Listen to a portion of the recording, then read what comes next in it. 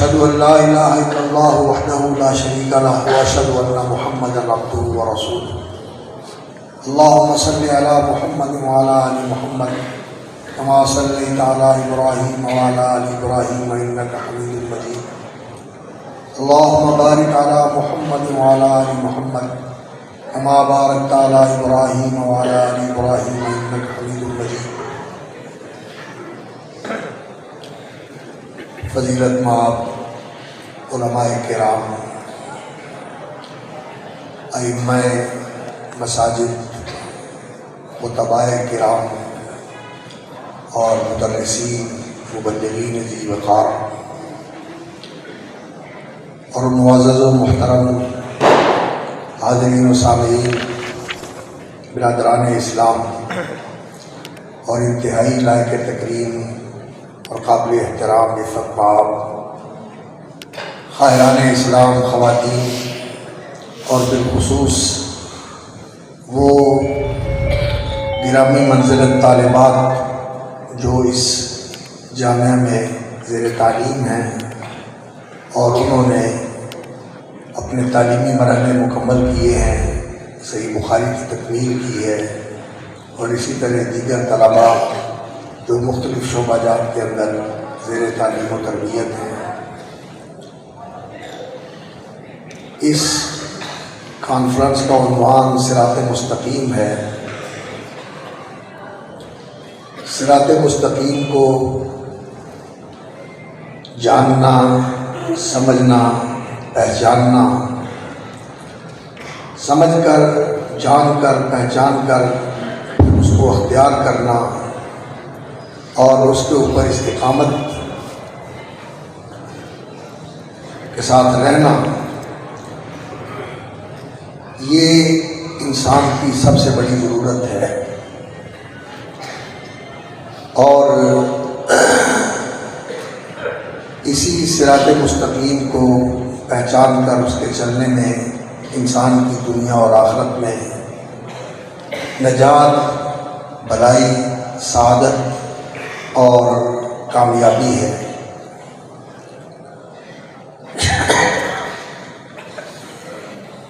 انسان کا جو دشمن ہے شیطان، ابلیس ملعون، جس کو اسی لیے اللہ رب العزت نے ملعون قرار دیا تھا کہ اس نے ہمارے جد امجد حضرت آدم علیہ السلام کی دشمنی میں ان سے حسد کرتے ہوئے ان کے سامنے تعظیم کرتے ہوئے جھکا نہیں تھا. تو اللہ رب العزت نے اس کو رادہ بارگاہ قرار دیا اور اسے قیامت تک کے لیے ملعون بنا دیا. وَإِنَّ عَلَيْكَ اللَّعْنَةَ إِلَىٰ يَوْمِ الدِّينِ. تو اس نے لعنت کا طوق پہن کر اللہ رب العزت کو یہ چیلنج کیا کہ أَرَأَيْتَكَ هَٰذَا الَّذِي كَرَّمْتَ عَلَيَّ،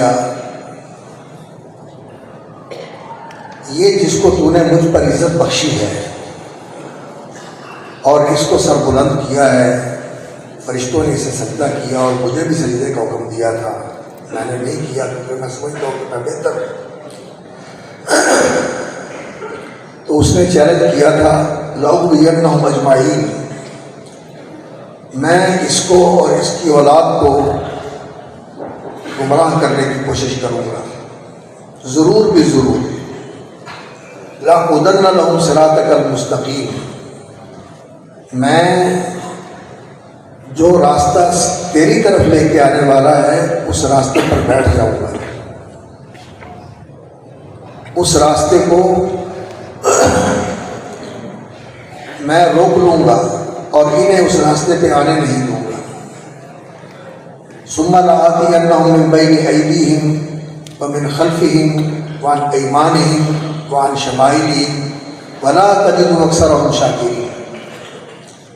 میں آگے سے بھی آؤں گا، پیچھے سے بھی آؤں گا، دائیں سے بھی آؤں گا، بائیں سے بھی آؤں گا، اور اس راہ پہ چل کے میں انہیں تیرا شکر گزار بندہ نہیں بننے دوں گا۔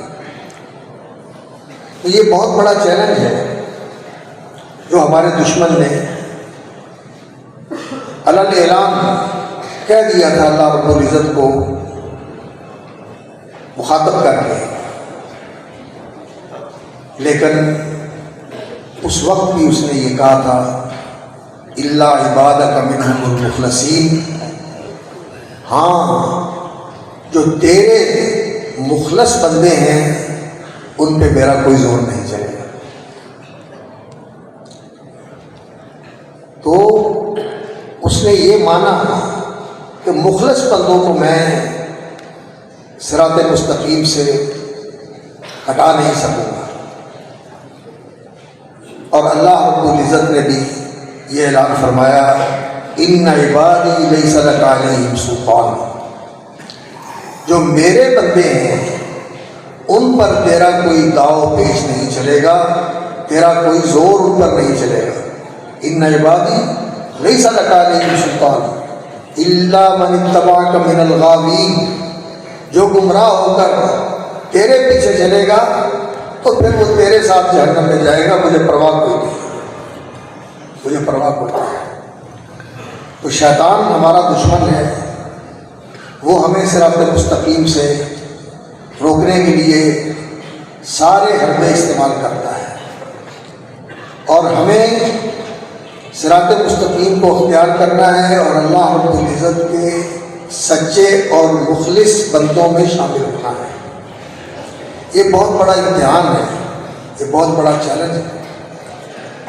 تو اللہ رب العزت نے ہم پر رحم فرماتے ہوئے اور کرم فرمائی کے ساتھ، بندہ نوازی کے ساتھ ہمیں ایک دعا تعلیم فرمائی ہے۔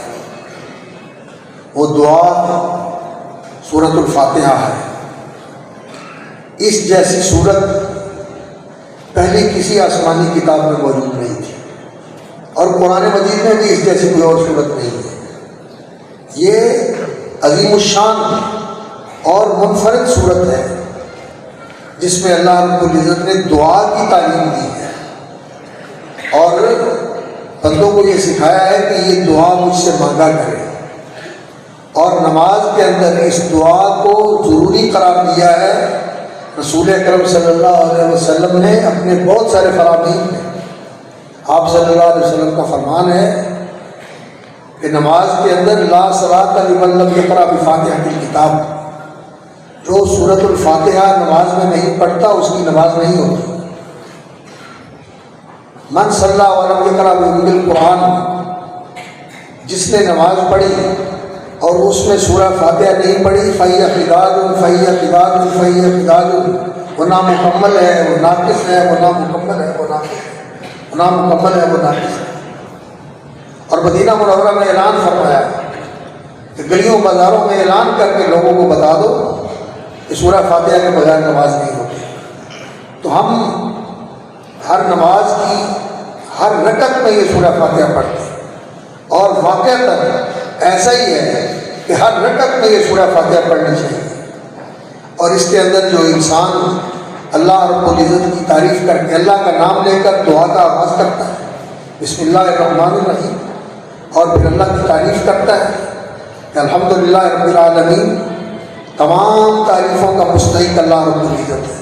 تعریف حقیقتاً اللہ رب العزت کے لیے ہے، اس لیے کہ ساری دنیا کمالات ذاتی طور پر اللہ رب العزت کے پاس ہے، اور جس کو جو ملا ہے اس کے دینے سے ملا ہے، تو تعریف تو اس کی کرنی چاہیے جو خوبیوں اور کمال والا ہے، اور جس کو دیا ہے اسی نے دیا ہے، تو تعریف کا مستحق تو وہی ہے۔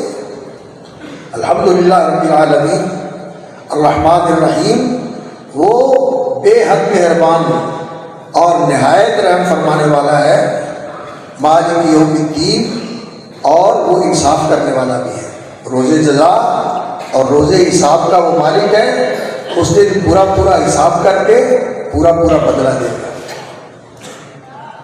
اور بندہ اللہ رب العزت کے ساتھ عہد اور پیمان باندھتا ہے، عہد کرتا ہے، وعدہ کرتا ہے، اور پیمان وفا باندھتا ہے، ایاک نعبد و ایاک نستعین، کہ اللہ ہم تیری ہی بندگی کریں گے اور تجھ سے ہی مدد چاہیں گے زندگی کے ہر معاملے میں، وہ دین کا ہو یا دنیا کا ہو یا وہ آخرت کا معاملہ ہو، ہر معاملے میں مدد تجھ سے ہی ملے گی، تو ہی مددگار ہے اور ہم تجھی سے مدد کے طلبگار ہیں۔ وَإِيَّاكَ نَعْبُدُ، اور تیری ہی ہم بندگی کریں گے، تیری تعظیم کے ساتھ، تیری محبت کے ساتھ ہم زندگی گزاریں گے، تیری محبت سے سرشار ہو کر تیری تعظیم کرتے ہوئے، اور تیری غلامی، تیری فرما برداری اور تیری وفاداری کے اندر ہم ساری زندگی بسر کریں گے۔ یہ اللہ کے ساتھ ہم عہد مانتے ہیں۔ سورہ فاتحہ انسان کو شعوری طور پر پڑھنی چاہیے اور سب کو پڑھنی چاہیے، امام کو بھی پڑھنی چاہیے، مقتدی کو بھی پڑھنی چاہیے، منفرد کو بھی پڑھنی چاہیے، ہر ایک کو ہر رکعت کے اندر سورہ فاتحہ پڑھنی چاہیے، کیونکہ یہ اللہ کے ساتھ عہد و پیمان ہے اور یہ بار بار عہد مان کر اس کی تجدید کی جاتی ہے، اس کو پختہ کیا جاتا ہے، اور صرف کسی دوسرے کا پڑھ لینا اور انسان جو ہے وہ اس کو سن لے نہیں۔ جب عہد و پیمان باندھا جاتا ہے، آپ دیکھتے ہیں حلف نامہ جب حلف اٹھاتے ہیں تو گورنر یا صدر مملکت یا چیف جسٹس جو بھی حلف لیتا ہے وہ اس کی عبارت پڑھتا ہے، اور حلف اٹھانے والا اس کے پیچھے پیچھے عبارت پڑھتا ہے، اس کی عبارت کا وہ اس کو دہراتا ہے۔ تو اسی طرح سورہ فاتحہ کو یہ عہد اور پیمان ہے، یہ اللہ کے ساتھ ہم وعدہ کرتے ہیں، یہ ہر ایک کو اللہ کے ساتھ عہد استوار کرنا چاہیے، اور اس کے بعد پھر ہم جو دعا کرتے ہیں وہ ہماری سب سے بڑی ضرورت ہے۔ ہماری زندگی کے اندر جو ہماری سب سے بڑی ضرورت ہے وہ ہے اہدنا الصراط المستقیم، اے اللہ ہمیں صراط مستقیم دکھا دے اور اپنے فضل سے ہمیں صراط مستقیم پر چلا دے، اور جیسے تو نے صراط مستقیم پر گامزن کر دیا، چلا دیا، یا اللہ ہماری دعا ہے کہ ہمیشہ صراط مستقیم پر قائم رکھ، حتیٰ کہ تیری بارگاہ میں صراط مستقیم پہ چلتے ہوئے ہی ہم حاضر ہو جائیں اور کامیاب اور سرخرو ہو جائیں۔ اہدنا الصراط المستقیم، یہ انسان کی کھانے پینے سے بھی بڑی ضرورت ہے کہ اس کو صراط مستقیم اللہ رب العزت دکھا دے، سجھا دے، چلا دے اور لگا دے۔ یہ انسان کی سب سے بڑی ضرورت ہے، کھانے پینے سے بڑھ کر یہ ضرورت ہے۔ کھانے پینے کے بغیر تو انسان کچھ وقت گزار سکتا ہے، لیکن صراط مستقیم کے بغیر انسان کا کوئی لمحہ بھی نہیں گزرنا چاہیے۔ اور علماء نے تو لکھا ہے کہ یہ جو سانس ہم لیتے ہیں، اس سانس سے بھی زیادہ ضروری ہے کہ ہمیں اللہ رب العزت صراط مستقیم کی رہنمائی فرمائے۔ اس لیے مرنا تو انسان نے ہے، مرنے سے تو کوئی بچ نہیں سکتا، اس سے تو کوئی بچنے کا راستہ نہیں ہے، کوئی اس سے رستگاری نہیں ہے، کوئی اس سے چھٹکارا نہیں ہے، مرنا تو ہے۔ لیکن اگر صراط مستقیم سے انسان بھٹک گیا تو پھر انسان جس تباہی اور بربادی کے کھاڑ میں گرنے والا ہے، وہاں تو نہ مرنا ہے نہ جینا ہے، ایسا عذاب ہے، اللہ معاف فرمائے، کہ وہاں انسان مر مر کے جیے گا اور جی جی کے مرے گا، اسی طرح کا عذاب ہوگا، لا يموت فیہا ولا یحیا، نہ مر کے ختم ہوگا نہ جی کے عذاب ختم ہوگا، عذاب کے اندر مسلسل رہے گا۔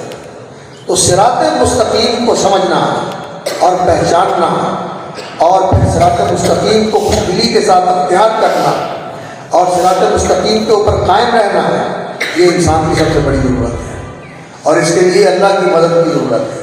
اس لیے ہم اللہ سے دعا کرتے ہیں، اہدنا الصراط المستقیم، اے اللہ ہمیں صراط مستقیم دکھا بھی دے، سجھا بھی دے، اور یا اللہ صراط مستقیم پہ چلا بھی دے اور صراط مستقیم کے اوپر قائم رکھنا۔ عام طور پر لوگ کہہ دیتے ہیں کہ ہمیں تو صراط مستقیم ملی ہوئی ہے، ہم مسلمان ہیں، ہم اہل توحید ہیں، ہم اہل سنت ہیں اور نمازیں بھی پڑھتے ہیں، دین کے ساتھ تعلق بھی ہے، تو اس کا معنی ہے کہ ہمیں صراط مستقیم پر قائم رکھ۔ یہ ناقص تصور ہے۔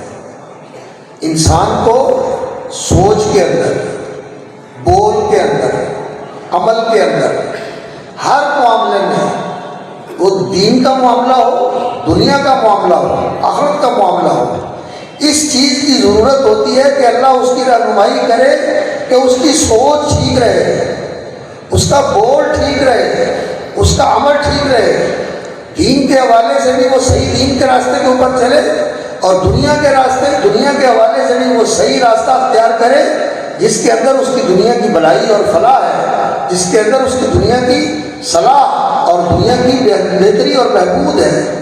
اور یہ اس کا دین پر چلنا اور اس کا دنیا کے معاملے میں راہ راست پر چلنا، یہ ایسا ہو کہ جو اس کی اصل زندگی آخرت کی زندگی ہے، اس زندگی کے اندر اللہ رب العزت اس کو جنت کا راستہ نصیب کر دے اور جنت کا وارث کر جائے، اور اللہ رب العزت کی رضا اور اللہ رب العزت کی عفو و مغفرت کا وہ مستحق بن جائے۔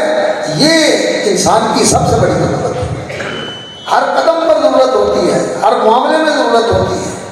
اس لیے ہم اللہ رب العزت سے دعا کرتے ہیں، اہدنا الصراط المستقیم، اللہ ہمیں صراط مستقیم دکھا دے۔ صراط مستقیم کیا کس کو کہتے ہیں؟ وہ سیدھا راستہ جس میں کوئی ایچ پیچ نہیں ہے، کوئی ٹیڑھ پن اور کجی نہیں ہے، وہ بالکل سیدھا ہے اور منزل مقصود تک پہنچانے والا ہے۔ وَعَلَى قصد السبیل، اور سیدھا راستہ ڈائریکٹ انسان کو اللہ تک پہنچاتا ہے۔ انسان اللہ کی طرف بڑھنا شروع ہو جاتا ہے اور اللہ کے قریب ہوتا جاتا ہے،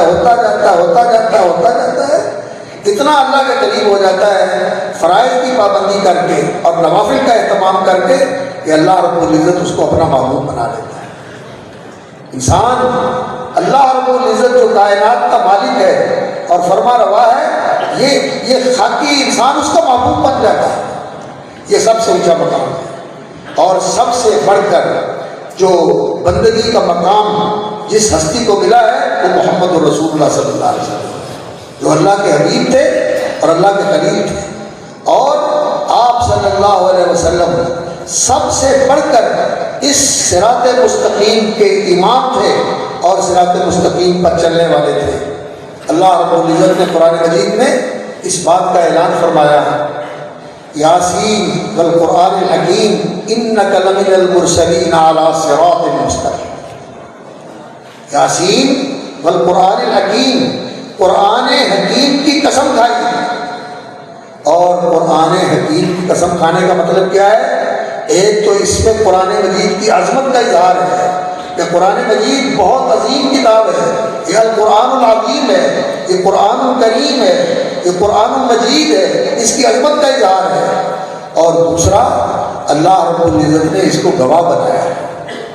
اللہ تعالیٰ کسی چیز کی قسم کھاتے ہیں، اس کی عظمت کا بھی اظہار ہوتا ہے اور اس کو بطور دلیل اور بطور گواہ کے پیش کیا جاتا ہے کہ قرآن مجید بھی اس بات کی شہادت دے رہا ہے انک لمن المرسلین، کہ آپ اللہ کے رسول ہیں۔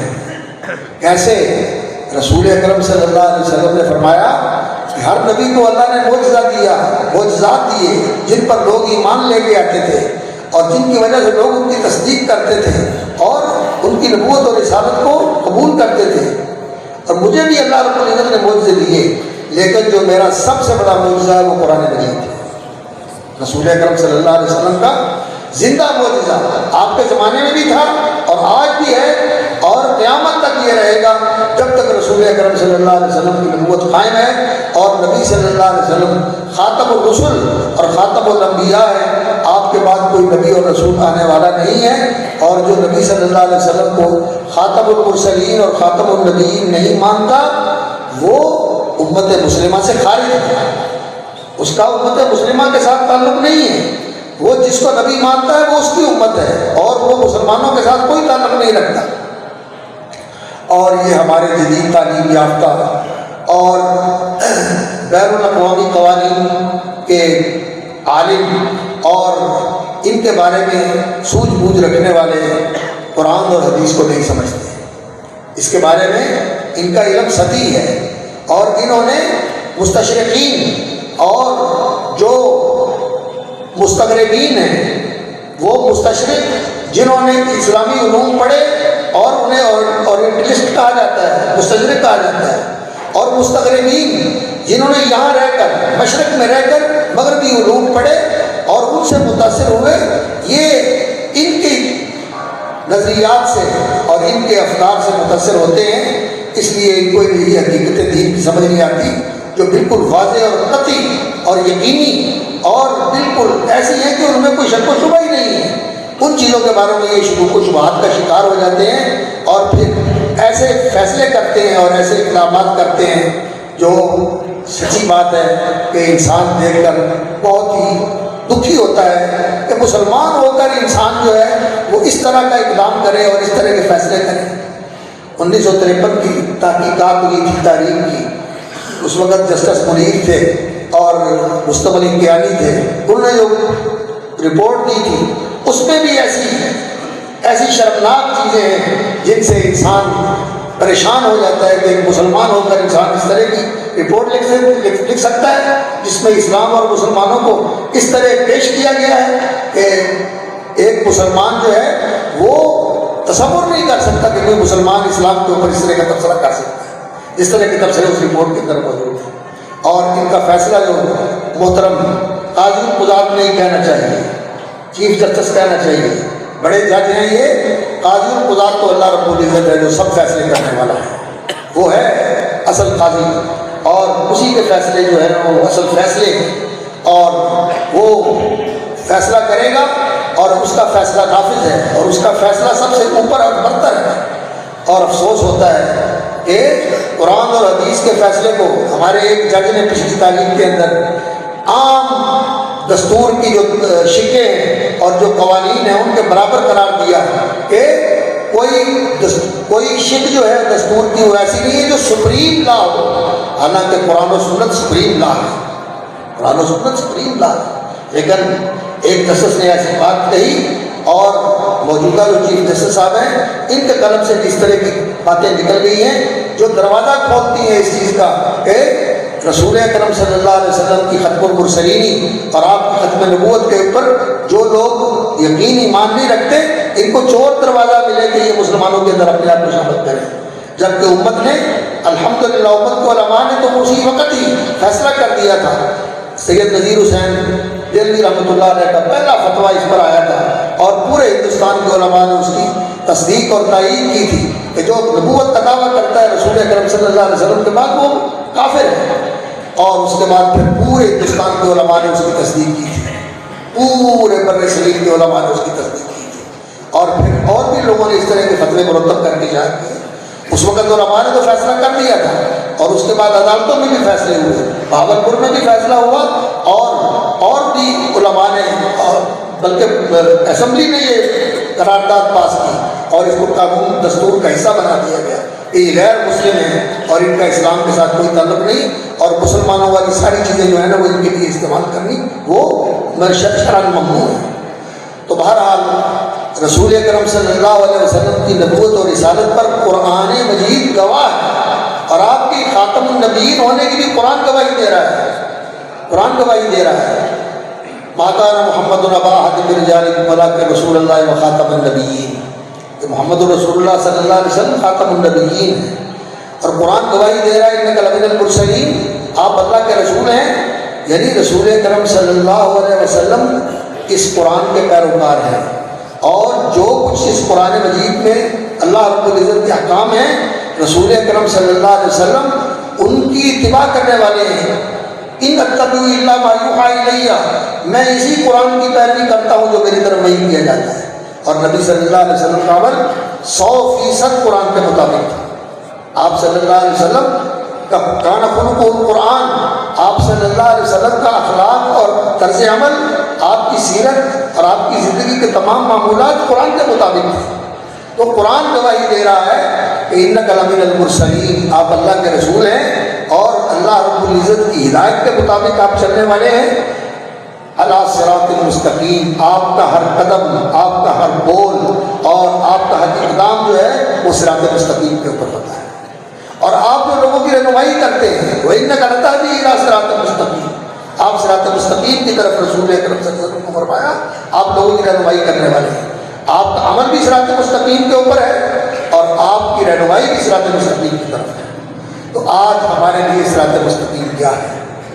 آج ہمارے لیے صراط مستقیم یہ قرآن مجید ہے، جو اللہ رب العزت نے قرآن مجید نازل فرمایا اور فرمایا ان ھذا القرآن یہدی للتی ہی اقوم، یہ قرآن وہ راستہ بتاتا ہے اقوم جو بالکل سیدھا ہے۔ مستقیم سیدھے کو کہتے ہیں اور اقوم کہتے ہیں جو سب سے بڑھ کر سیدھا ہے۔ ان ھذا القرآن یہدی للتی ہی اقوم، یہ اقوم راستہ جو بالکل سیدھا راستہ ہے، اس راستے کی طرف قرآن رہنمائی کرتا ہے۔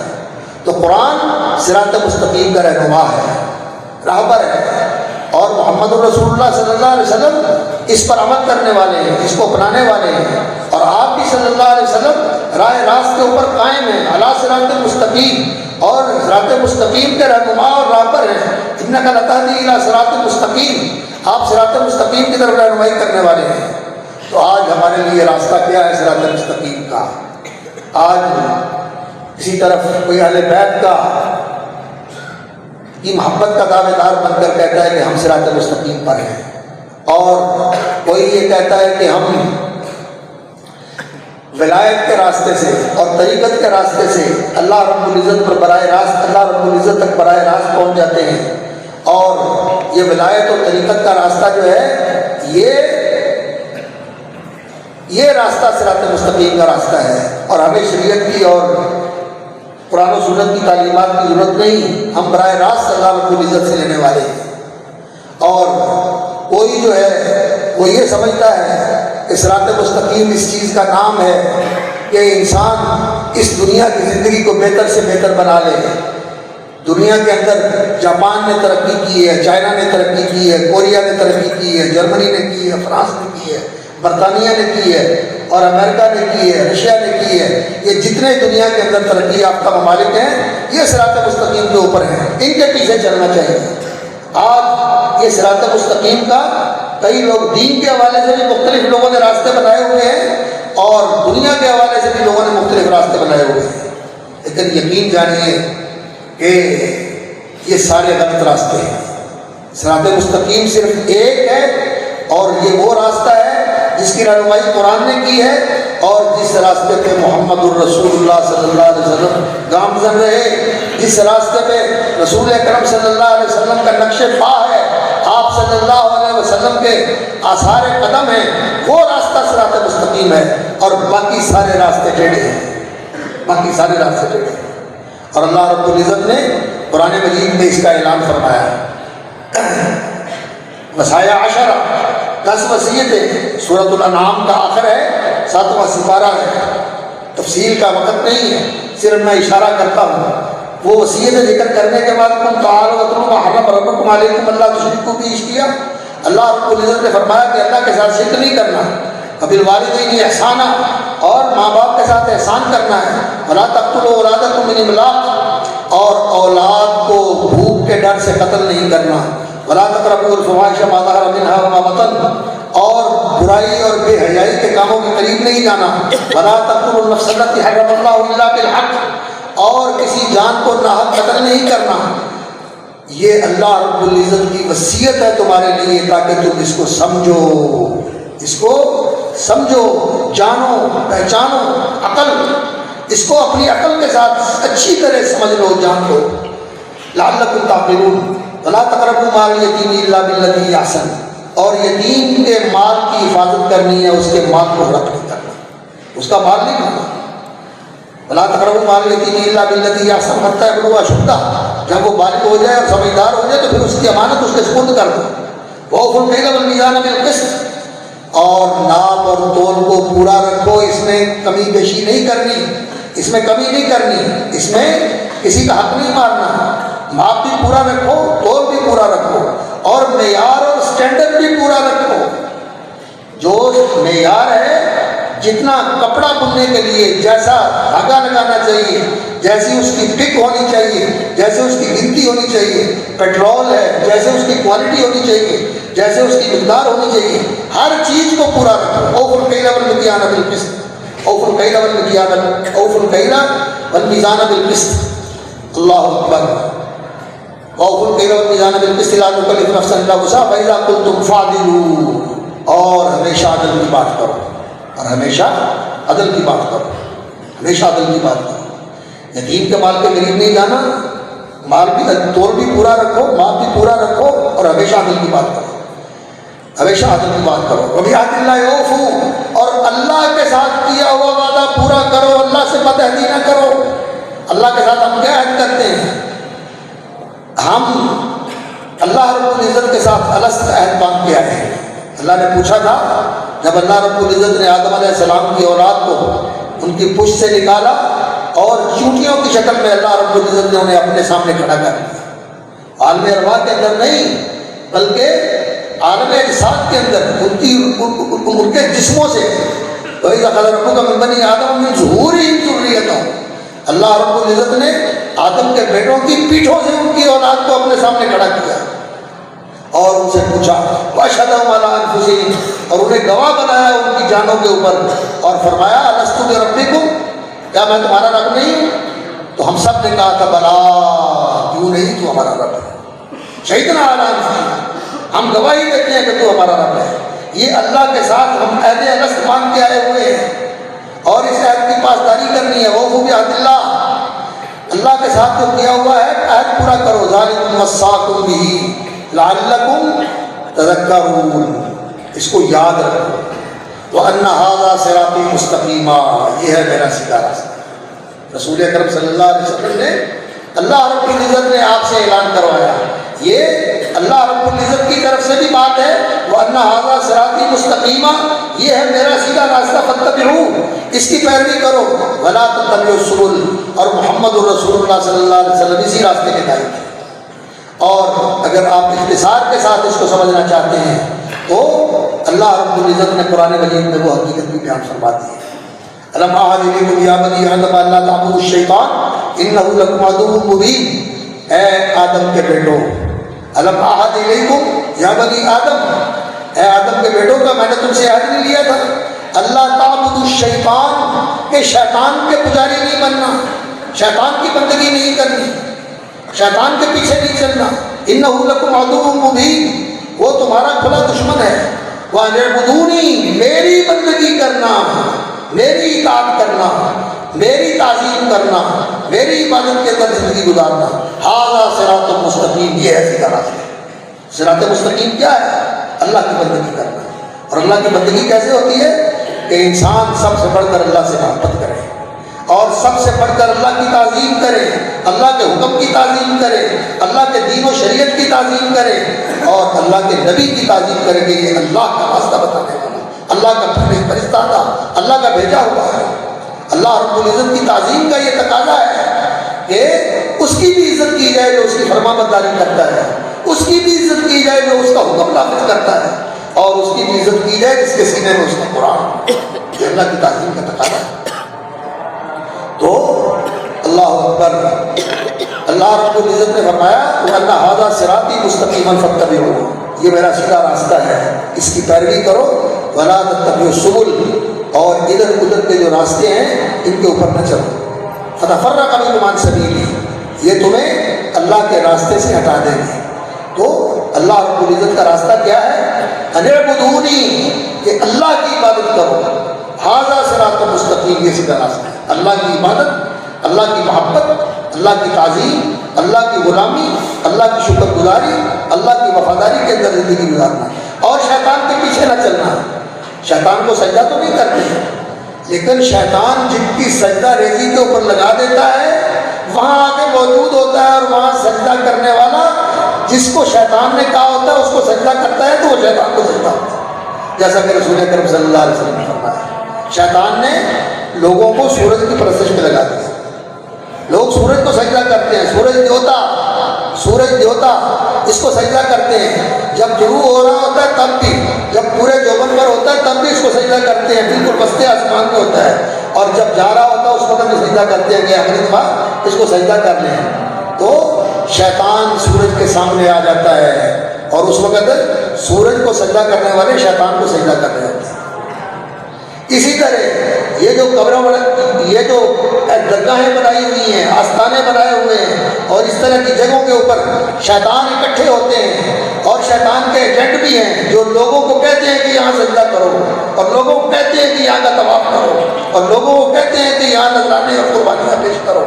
یہ شیطان کے ایجنٹ بھی ہیں، اس لیے کہ اللہ اکبر، یہ شیاطین جو ہیں الوسواس الخناس من الجنۃ والناس، یہ جنوں میں بھی ہوتے ہیں، انسانوں میں بھی ہوتے ہیں۔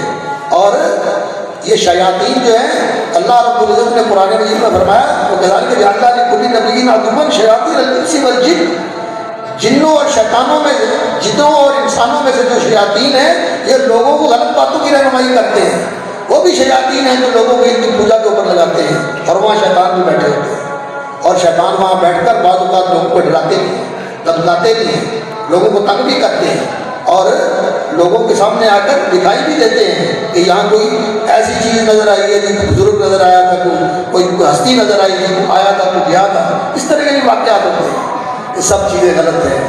یہ جو سجدہ کرتے ہیں وہ شیطان کو سجدہ کرتے ہیں، اور فرما برداری کرنا یہ بھی اس کی عبادت ہے۔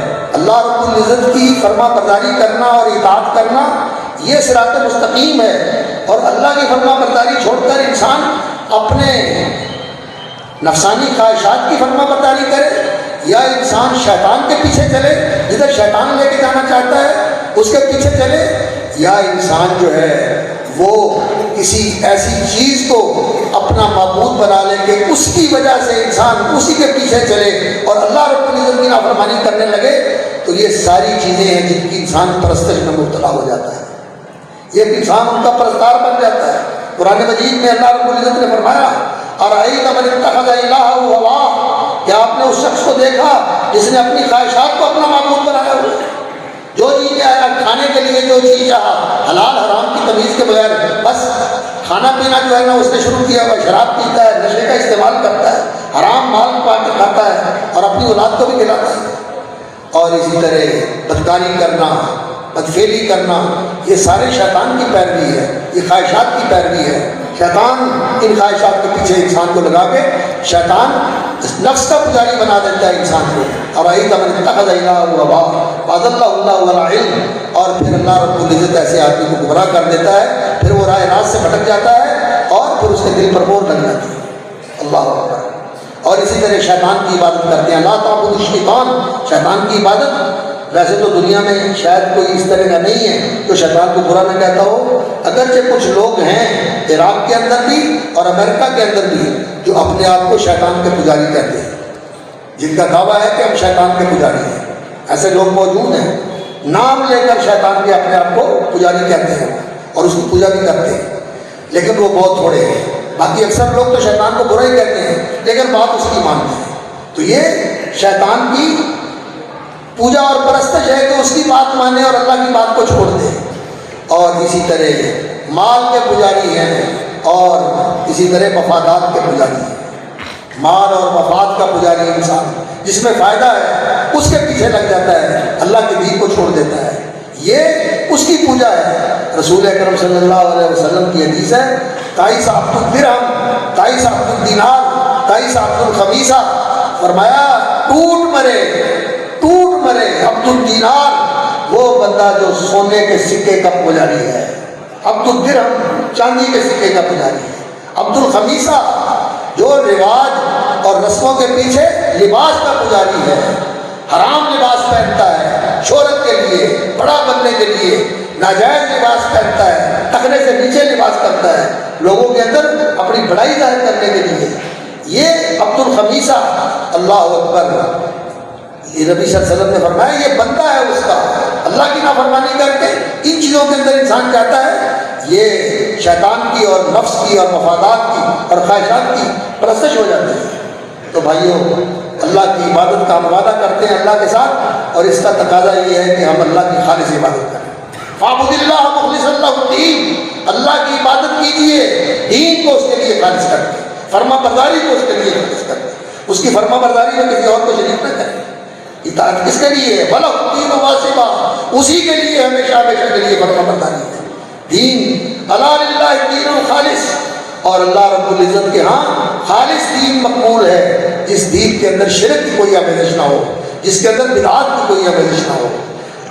اللہ کے ساتھ کسی اور کو حصے دار بنا دیا جائے، اس کو سجدے کیے جائیں، اس کے سامنے دستبستہ تعظیماً کھڑے ہوا جائے، اس کے سامنے جھکا جائے، اس کے سامنے جبا سائی کی جائے، پیشانی رکھ دی جائے اس کے سامنے، یا یہ جان کر کہ اس کا دیا ہوا ہے سب کچھ، اس کے نذرانے دیے جائیں، اس کے لیے قربانی کے بکرے پیش کیے جائیں کہ اس کے نام پہ یہ بکرا پیش کرتے ہیں کہ ہمیں مصیبتوں سے بچا کے رکھے اور ہماری گاڑی کی، ہماری کار کی یا ہمارے کارخانے کی حفاظت کرے۔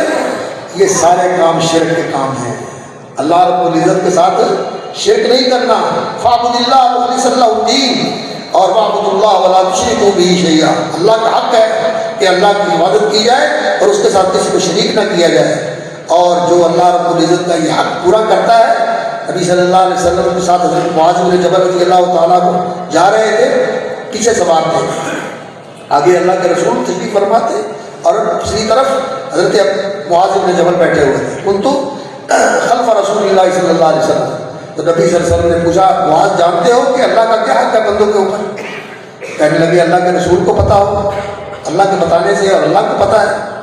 تو رسول اکرم صلی اللہ علیہ وسلم نے 2-3 بار ان سے پوچھا توجہ دلانے کے لیے، اور پھر فرمایا اللہ کا حق بندوں پر یہ ہے کہ یعبدوہ ولا یشرکوا بہ شیئا، اللہ کی عبادت کریں اور اللہ کے ساتھ کسی کو شریک نہ بنائیں، اللہ کے ساتھ کسی کو شریک نہ بنائیں، یہ اللہ کا حق ہے۔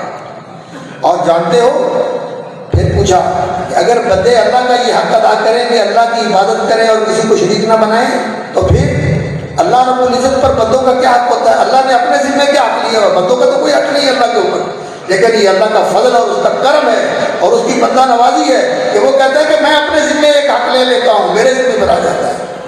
پھر جب بندہ اللہ کے ساتھ شرک نہیں کرتا اور اس کی عبادت خالص اس کے لیے کرتا ہے تو اللہ رب العزت اس کو عذاب نہیں دے، جہنم کے عذاب سے اللہ تعالیٰ اس کو بچاتا ہے۔ اور قدسی حدیث ہے، رسول اکرم صلی اللہ علیہ وسلم نے فرمایا، اللہ رب العزت فرماتے ہیں یا ابن آدم، اے آدم کے بیٹے، لو لقیتنی بقراب الارض خطایا، تیرے گناہوں سے اور تیرے سیئات سے یہ زمین بھی بھری ہوئی ہو، لیکن ایک بات ہے کہ تیرے نامہ عمل میں شرک نہ ہو۔ لو لقیتنی بقراب الارض خطایا، زمین بھری ہوئی تیرے گناہوں سے تو میں اتنی بخشش لے کے آ جاؤں گا، بات یہ ہے کہ تو نے میرے ساتھ شرک نہ کیا، اللہ کے ساتھ شرک نہ کیا۔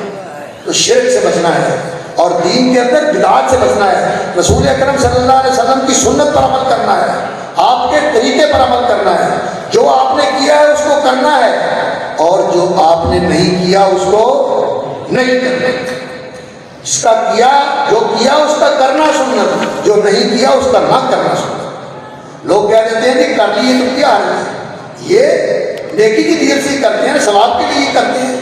بھائی دیکھو اللہ کے رسول نے دین کے اندر یہ کام کیا ہے یا نہیں کیا؟ اگر آپ صلی اللہ علیہ وسلم نے دین کے اندر دین سمجھ کر، دین جان کر، دین بتا کر یہ کام کیا تو پھر تو کرو، اگر انہوں نے نہیں کیا، انہوں نے چھوڑا تو پھر اس کو چھوڑو، پھر نہیں کرنا چاہیے۔ اور رسول اکرم صلی اللہ علیہ وسلم نے فرمایا کہ اللہ اکبر، ایک جماعت ایسی ہے جو دین حق کے اوپر اور صراط مستقیم کے اوپر کام کر رہے گی۔ حق کیا ہے؟ صراط مستقیم حق ہے۔ لا تزال طائفۃ من امتی قائمین علی الحق ظاہرین، ایک جماعت میری امت کی حق کے اوپر صراط مستقیم کے اوپر گامزن رہے گی۔ اللہ رب العزت نے صراط مستقیم کے بیان کی بھی پوری ذمہ داری لی اور اسے کھول دیا، اور نبی صلی اللہ علیہ وسلم نے اس پر چل کے دکھا دیا، اور نبی صلی اللہ علیہ وسلم نے جاتے ہوئے یہ اعلان فرمایا، ترکتکم علی المحجۃ البیضاء، میں تمہیں ایسے روشن راستے کے اوپر چھوڑ کے جا رہا ہوں، لیلھا کنہارھا، جہاں کی رات بھی دن کی طرح روشن ہے، بالکل کوئی اندھیرا نہیں ہے، راستہ میرا واضح راستہ ہے جس پہ میں چھوڑ کے تمہیں جا رہا ہوں۔ اور اللہ رب العزت نے اس کی حفاظت فرمائی، قرآن بھی محفوظ ہے اور حدیث بھی محفوظ ہے۔ قرآن کے قاریوں نے قرآن مجید کی حفاظت کی، اللہ رب العزت نے کوئی اس کی ہارڈ ڈسک نہیں کہیں رکھی ہوئی کہ اس کے ساتھ تحلیل کر کے قرآن مجید کو یاد کر لو۔ اللہ رب العزت نے رسول اکرم صلی اللہ علیہ وسلم کے سینے میں اس کو محفوظ کیا اور آپ کی زبان اقدس پر جاری کیا۔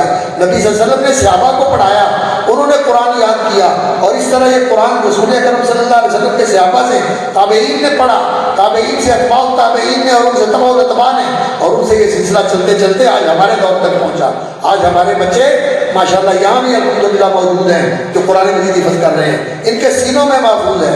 اور اللہ رب العزت نے قرآن مجید میں اس بات کا اعلان فرمایا بل هو آیات بینات فی صدور الذین اوتوا العلم، یہ بہت بڑی نشانی ہے اللہ رب العزت کی کہ یہ قرآن اللہ تعالیٰ کے بندوں کے سینوں میں محفوظ ہے، جن کو اللہ نے علم دیا ہوا ہے۔ قرآن محفوظ ہے اور سنت اور حدیث بھی محفوظ ہے، نبی صلی اللہ علیہ وسلم کی سیرت بھی محفوظ ہے، آپ صلی اللہ علیہ وسلم کی سنت بھی محفوظ ہے، اور آپ کے فرامین اور احادیث طیبہ بھی محفوظ ہے۔ رائے قرآن نے قرآن مجید کی حفاظت کی، اور اس کے علوم، اس کی تجوید، اس کا رسم الخط، اس کی قراءات، اور پھر جو اس کے علماء ہیں انہوں نے اس کی تفسیر اور اس کے معنی و مطالب، اس کی لغت، اللہ اکبر، قرآن مجید کے علوم کی ایک پوری لائبریری ہے، مستقل لائبریری ہے۔ قرآن مجید کی لغت القرآن، اور قرآن مجید کی تجوید کے علوم، اور قرآن مجید کے رسم خط، اس کے لکھنے کا جو طریقہ ہے اس کے لیے کتابیں موجود ہیں، اور یہ پورا علم ہے، اور پھر اس کی قراءات اور ان کے اندر وجوہ، اور پھر جو ان کے لکھنے والے، پڑھنے والے اور اس کے اوپر لوگ ہیں ان کی زندگیاں، یہ سارا کچھ اللہ رب العزت نے محفوظ فرما دیا۔ یہ ہر چیز محفوظ ہے مسلمانوں کے پاس۔ دنیا کی کسی قوم کے پاس اس طرح کا سرمایہ نہیں ہے جیسا قرآن کے حوالے سے قرآن مجید جیسی کتاب کوئی نہیں ہے، اور اس کے متعلقہ علوم جیسے علوم کسی قوم کے پاس نہیں۔ ہاں لوگوں کے پاس یہ علوم ہیں سائنس کے اور ڈاکٹری کے اور ادھر ادھر کے، لیکن یہ سارے اسی دنیا کے لیے ہیں۔ یہ دنیا جس کی اللہ رب العزت کے کہاں کوئی حیثیت نہیں ہے، بس دنیا فی الآخرت ہی، یہ دنیا آخرت کے مقابلے میں ایسی ہے کما یجعل احدکم اصبعہ فی الیم فلینظر بما ترجع، کہ جیسے کوئی آدمی اپنی انگلی اس طرح سمندر میں ڈبوئے اور پھر دیکھے کہ اس کے ساتھ کتنا کو پانی لگا ہوا ہے، اس کو سمندر کے ساتھ کیا نسبت ہے۔ یہ دنیا کو آخرت کے ساتھ یہ نسبت ہے۔ ان کے سارے علوم، اللہ اکبر، ذالک مبلغہم من العلم، ان کا مبلغ علم صرف یہی دنیا ہے، اور قرآن جو ہے یہ اس دنیا کے بارے میں بھی رہنمائی کرتا ہے اور آخرت کے بارے میں بھی رہنمائی کرتا ہے۔ قرآن دونوں جہان کا رہنما کتاب ہے، دونوں جہان کی رہنما کتاب ہے، بلکہ تینوں جہانوں کی، عالم دنیا، عالم برزخ اور عالم آخرت، تینوں جہانوں کی رہنمائی کرتا ہے قرآن مجید۔ اور اسی طرح محمد رسول اللہ صلی اللہ علیہ وسلم کے احادیث ہے، آپ کی سنت ہے۔ علماء نے قرآن کو بھی محفوظ کیا، اور نبی صلی اللہ علیہ وسلم کے فرامین اور آپ کی سننیں مطہرہ اور آپ کی حیات طیبہ اس کو بھی محفوظ کیا۔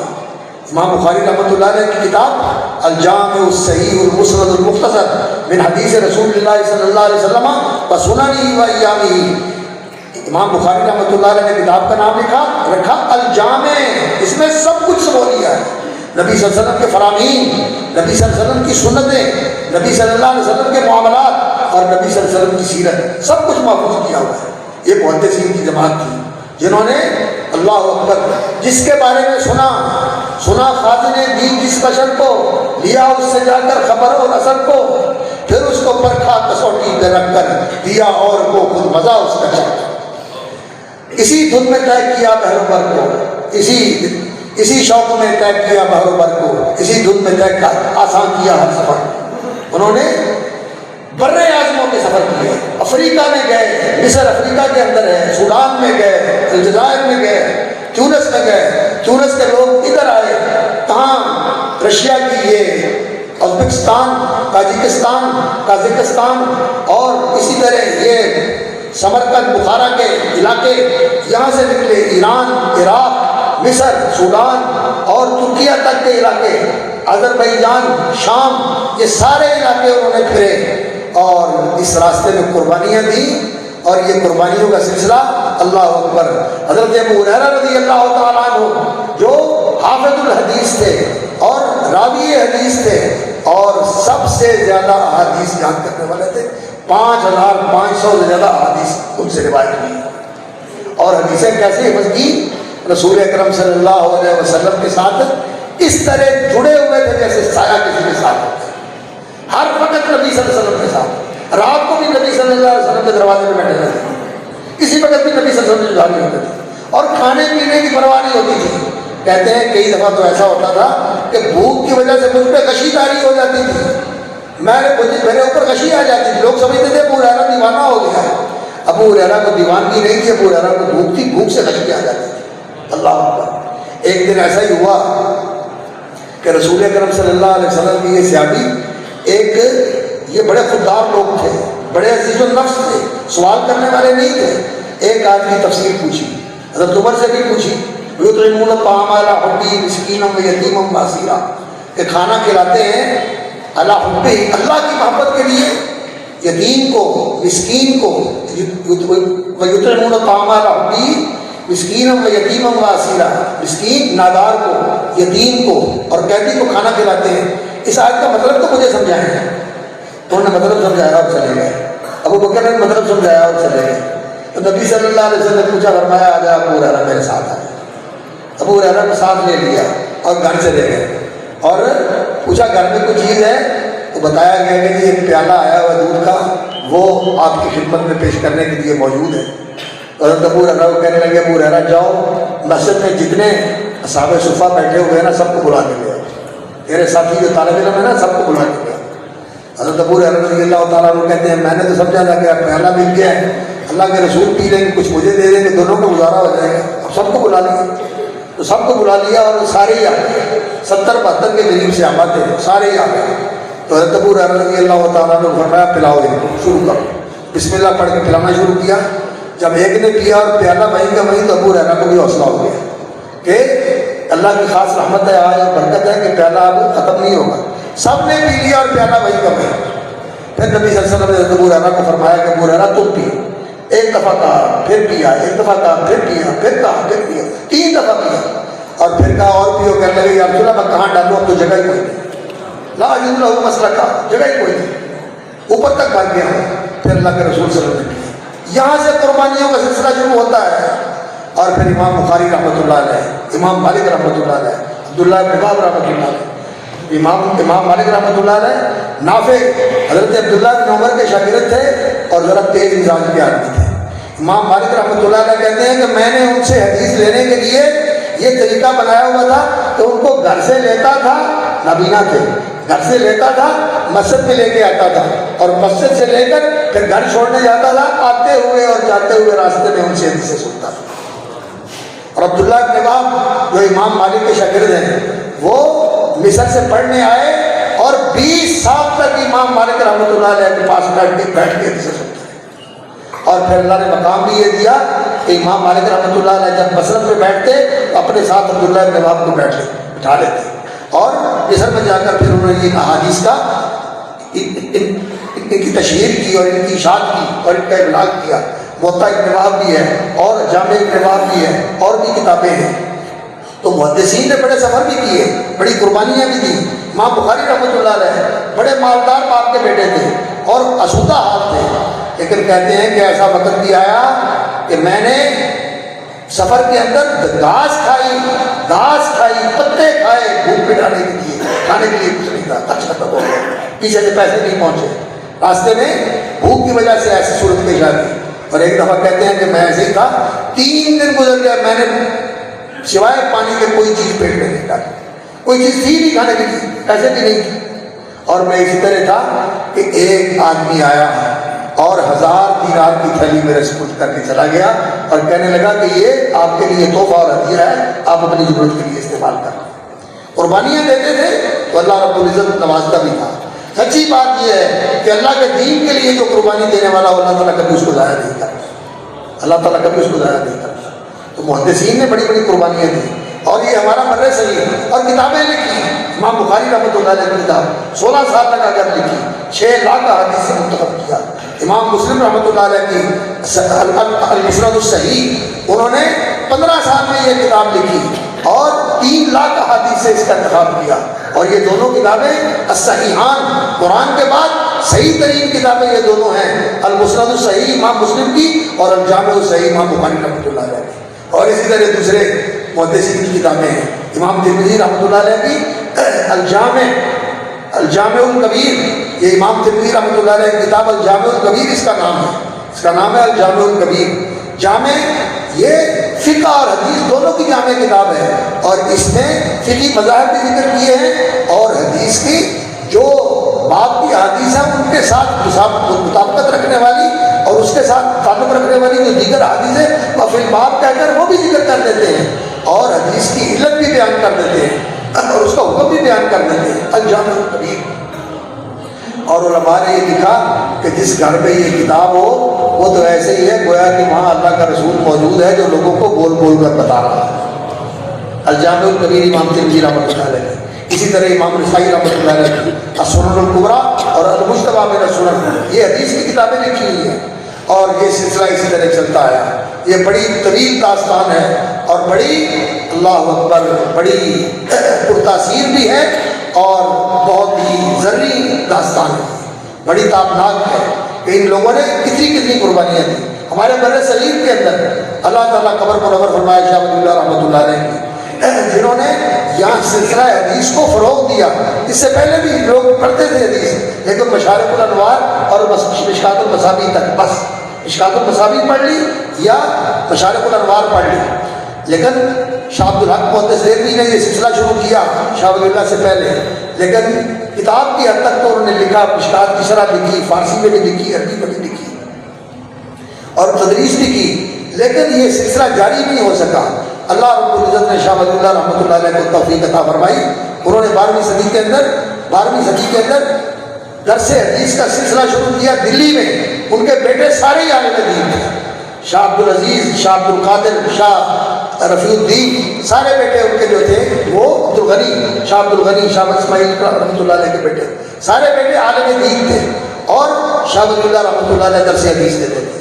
حدیث کا درس دینے کے لیے حجاز گئے، وہاں استاد جو ان کے استاد سے ابراہیم القردری، ان سے جا کر حدیث پڑھی، اور حدیث پڑھ کے آگے یہاں حدیث کا درس دینا شروع کیا۔ اور ان کے شاگرد تھے عبدالعزیز، ان کے بیٹے، اور ان کے پھر نواسے ان کے شاگرد تھے شاہ اسحاق، اور ان کے بیٹے ان کے شاگرد تھے حضرت میاں محمد نذیر حسین، سید نذیر حسین دہلوی رحمۃ اللہ علیہ، شیخ الکل، امام وقت اور مجدد زمان۔ انہوں نے درس حدیث شروع کیا اور انہوں نے تو پھر بہار لگا دی حدیث۔ اللہ اکبر، پورا بر صغیر ہی نہیں، افریقہ سے لوگ ان کے پاس پڑھنے آئے، اور حجاز سے ان کے پاس پڑھنے آئے، مصر سے لوگ ان کے پاس پڑھنے کے لیے آئے، اور پھر ان کے شاگردوں کی تو دبستان نظیریہ ایک بڑا ایک عظیم سلسلہ ہے۔ حافظ عبداللہ غازی پوری رحمۃ اللہ علیہ، حافظ عبدالمنان محدث وزیر آبادی رحمۃ اللہ علیہ، سید عبداللہ غزنوی رحمۃ اللہ علیہ، حافظ محمد لکھوی رحمۃ اللہ علیہ، کوئی ایک شاگرد ہے، انہوں نے اپنی اپنی جگہ پر بیٹھ کر حدیث کے درس دیے، اور یہ پورا ہندوستان جو ہے وہ حدیث کے نور سے منور ہو گیا۔ اور ہمارے استاد حافظ عبداللہ بٹی مالوی، وہ شاگرد تھے حافظ محمد مدنی رحمۃ اللہ علیہ کے، انہوں نے الحمدللہ حدیث کا درس دیا۔ اور یہاں ایک بات یاد رکھیں کہ محدثین جو ہیں، نبی صلی اللہ علیہ وسلم نے فرمایا تھا کہ ایک جماعت ایسی رہے گی جو حق کے اوپر قائم رہے گی، ان کی مخالفت کرنے والا ان کا بگاڑ کچھ نہیں سکے گا۔ تو امام بخاری رحمۃ اللہ علیہ نے اس حدیث کی تشریح کرتے ہوئے صحیح بخاری میں یہ لکھا ہے، وَهُمْ أَهْلُ الْعِلْمِ وَالْحَدِيثِ وَهُمْ أَهْلُ الْعِلْمِ وَالْفِقْهِ، اور اس سے مراد علم والے اور فقہا ہیں، علم والے اور فقہا ہیں، اور فقہ جو ہے وہ حدیث ہی ہے۔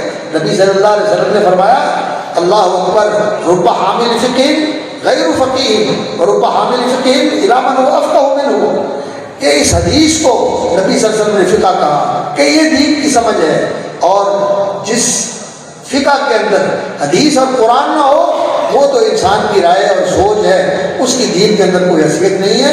فقہ اصل یہی ہے، جو فقہ الحدیث ہو، فقہ الکتاب و سنہ ہو، یہی فقہ ہے۔ اور امام ترمذی رحمۃ اللہ علیہ نے اس حدیث کی شرح بیان کرتے ہوئے کہا کہ وَهُمْ أَهْلُ الْعِلْمِ وَالْفِقْهِ وَالْحَدِيثِ، یہ وہ لوگ ہیں جو اہل علم ہیں، اہل فقہ ہیں، اہل حدیث ہیں، یہ لوگ ہیں جو دین حق کے اوپر قائم رہیں گے، اور انہی کو لازم پکڑنے کی نبی صلی اللہ علیہ وسلم نے تلقین فرمائی ہے۔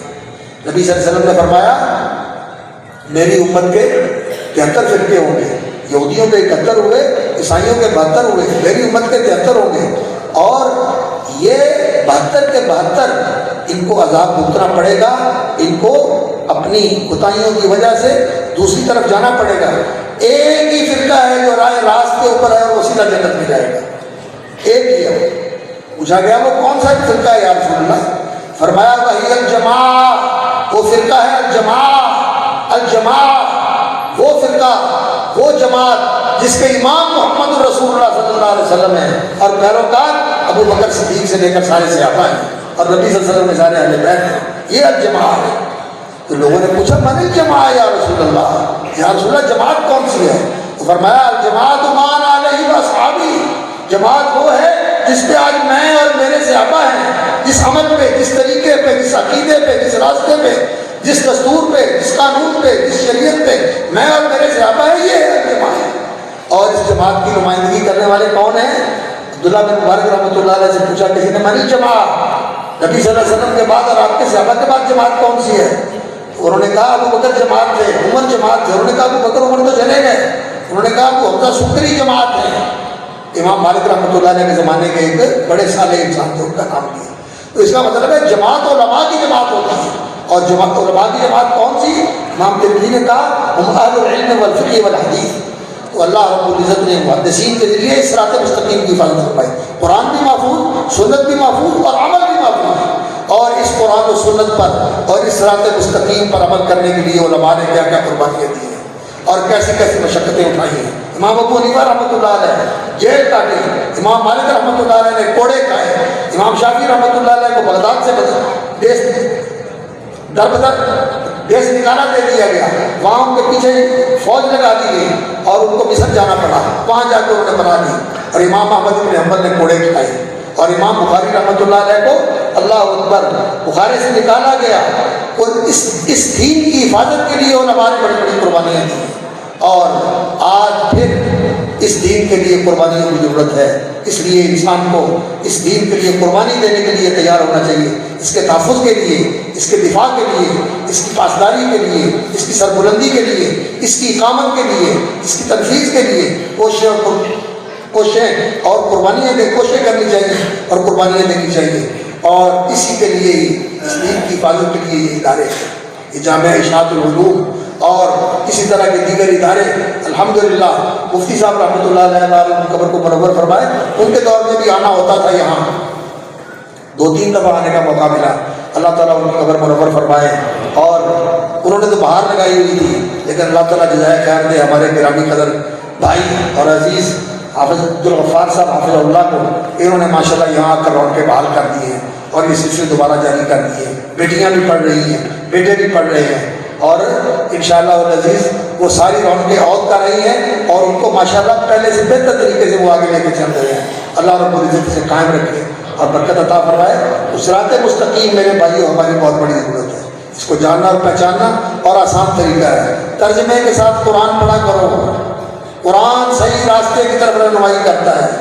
اور اپنے گھر میں صحیح بخاری اور صحیح مسلم رکھ لو، انشاءاللہ صراط مستقیم آپ کے سامنے واضح ہے، انشاءاللہ واضح ہے.